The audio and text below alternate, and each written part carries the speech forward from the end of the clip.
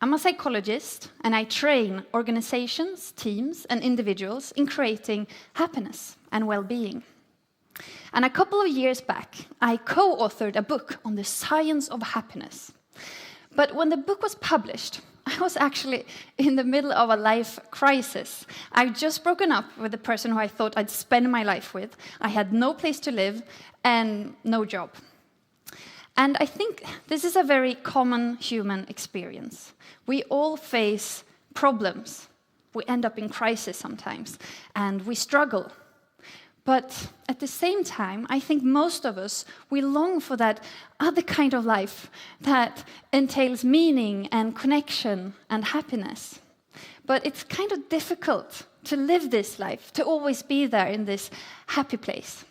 And today, I want to show you why your brain is not always on your side when it comes to creating happiness, but also what we can do to counter this. And it's not going to be by just positive thinking. This takes positive action, because happiness is a skill we all can train and work on. I want us to start here. How it's not just about positive thinking. So let's begin with this. Have you ever found yourself in a situation where you're really worried about something? And you kept worrying, even though you knew that worrying won't change the situation or help the situation in any way. And nevertheless, you just kept on worrying, hands up. Right? We're all doing this.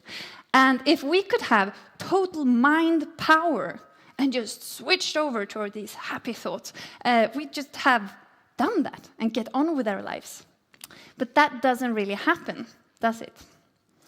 And did you know that about half of the time that you've been listening to this speech, your mind has probably been wandering off, thinking about other things? According to a study by Daniel Gilbert and Matthew Killingsworth, our minds wander 46.9% of the time we spend awake. So our thoughts are automatic. They have a life of their own.